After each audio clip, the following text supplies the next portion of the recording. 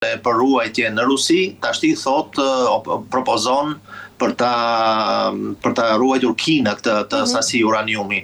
Kjo demonstron për mendimin tim që Irani ka një mbështetje të saktuar nga Kina dhe është e çuditshme sepse Kina zakonisht nuk përzihet kur në, le të themi, në pazare ushtarake, në situata ku kanë qenë konflikte ushtarake tjerë, më tepër forca e Kinës dhe taktika e Kinës ka qenë gjithmonë depërtimi me të urtë, me të butë dhe ekonomikisht, duke ndikuar, domethënë, në vende të ndryshme të botës. Në saktu ata po përpiqen në një farë mënyrë të ndikojnë edhe gjatë vizitës së presidentit Trump në Kinë, kjo temë u prek.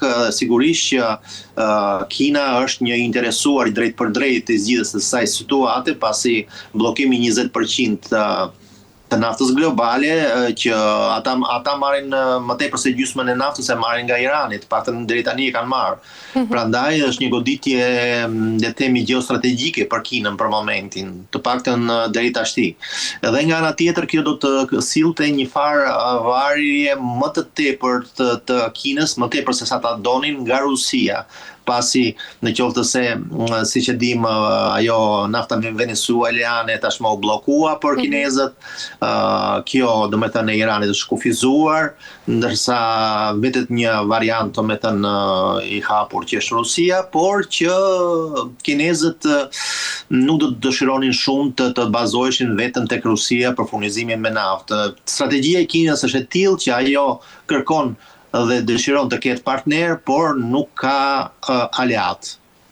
Qartë. Zoti Puma, nga ana tjetër, mendoni se po shohim tashmë fillimin e një strategjie iraniane për të sfiduar praninë amerikane në rajon, dhe nga ana tjetër mendoni se Irani tashmë është duke testuar dhe reagimin e SBA-s, por edhe aleatëve të saj, pra përpara hapave më agresiv? Mendoj që në një farë mënyrë Shtetet e Bashkuara të Amerikës do ta kthejnë situatën në gjendje të qëndrueshme, sepse nuk mund të bësh luftë vazhdimisht, nuk mund të mbash në tension gjithë botën, sepse pastaj një krizë e thellë ekonomike botërore bumerangëm do të godas vetë ekonominë amerikane pastaj, sepse ulet fuqia blerëse etj. Ka një sër proceses që pastaj do të godis vetë Shtetet e Bashkuara të Amerikës. Pra, interesi i Shtetet e Bashkuara të Amerikës sigurisht që është për këtë, le të themi, në këtë situatë. Sigurisht ata janë fitimmarrës nga kjo situatë, por jo për një kohë të gjatë, për thjesht dhe nga ana tjetër nuk mund të shkohet në Senat për zgjedhjen e Senatit, po të ishin për sa i përket republikanëve, pasi e dim që në tetor bëhen zgjedhjet me konflikte të hapura të tilla siç është ky i Hormuzit që u shkaktua vetë nga amerikanët. Të paktën ai Ukrainës nuk është që e shkaktuan republikanët, prandaj edhe mund të shfaqsohen, ndërsa për Iranin është një fakt shumë flagrant. Dhe nuk është që elektoratin amerikan, për shembull, shqetëson shumë politika ndërkombëtare dhe luftrat amerikane etj. Gjeostrategjike. Amerikanit të thjeshtë i intereson të di sa është çmimi i gallonit të benzinës në aty ku ai furnizohet. Dhe nëse çmimi është i lartë dhe tani është i lartë gjithandej, kjo është një gjë negative që do të ndikonte pastaj në zgjedhje. Irani këtë gjë e kupton, sepse me që e kuptojmë ne, e kuptojnë dhe ata, nuk janë budallënj sigurisht, dhe veprojnë për interesat e tyre, e kuptojnë që kanë një kartë në dorë, po flasim me terminologjinë e Trumpit, dhe mundohen të marrin maksimumin e asaj që mund të marrin në këto bisedime, duke munduar të heqin, të shmontojnë edhe një pjesë të sanksionin maksimalisht sa më shumë të jetë e mundur.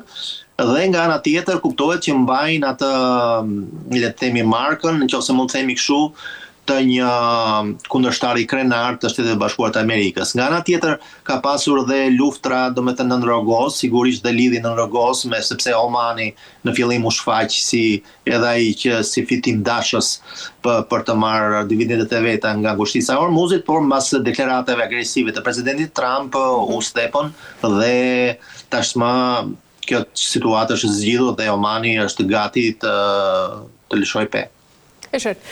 Zoti Puma, nga ana tjetër, e gjithë kjo retorikë tashmë e Teheranit për retorika ushtarake është duke u përdorur më shumë po them për konsum të brendshëm, apo nga ana tjetër do të kemi ndoshta edhe një ndryshim të balancave në rajon?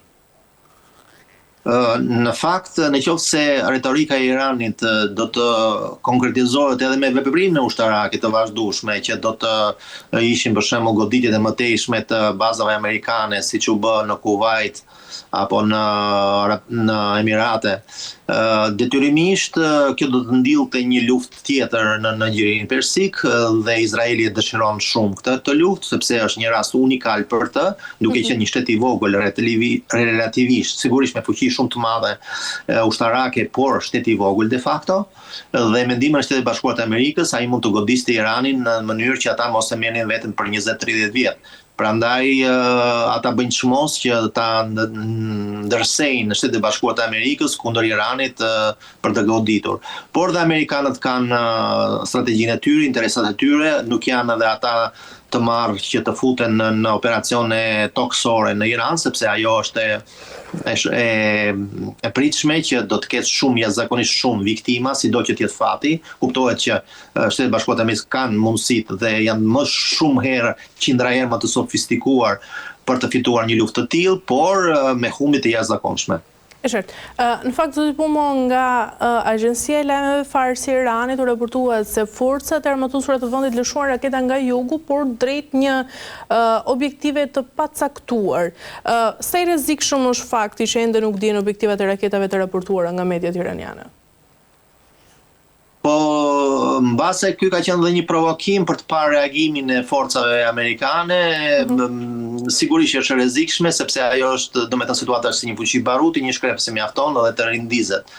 Por, domethënë, sepse dhe vetë për shembull, edhe megjithse janë larguar disa nga anijet luftarake nga Gjiri Persik, një pjesë e tyre kanë mbetur, prezenca amerikane është po atje dhe avionët luftarak amerikan mund të mbërrinë në çdo kohë. Prandaj dhe Irani nuk besoj që është interesuar shumë dhe nëse kanë më në kokë që të destabilizojnë më keq situatën. Për Iranin është okay, në qoftë se me të urtë, me të butë, ata do të hiqin, të smontonin një pjesë të sanksioneve, të rihapin ngushtisën e Hormuzit, të tregtonin naftën me çmime maksimale sa është e mundur, për sa është çmimi i lartë, dhe të rimëkëmnin ekonominë dhe industrinë ushtarake. Mirë, po sigurisht që këtu është një gjë gjithashtu e rëndësishme që Irani në fakt në të kaluarën ka dashur të prodhojë bombë bërthamore dhe ka qenë afër prodhimit të bombës bërthamore, por ta fajsosh Iranin në këtë drejtim është,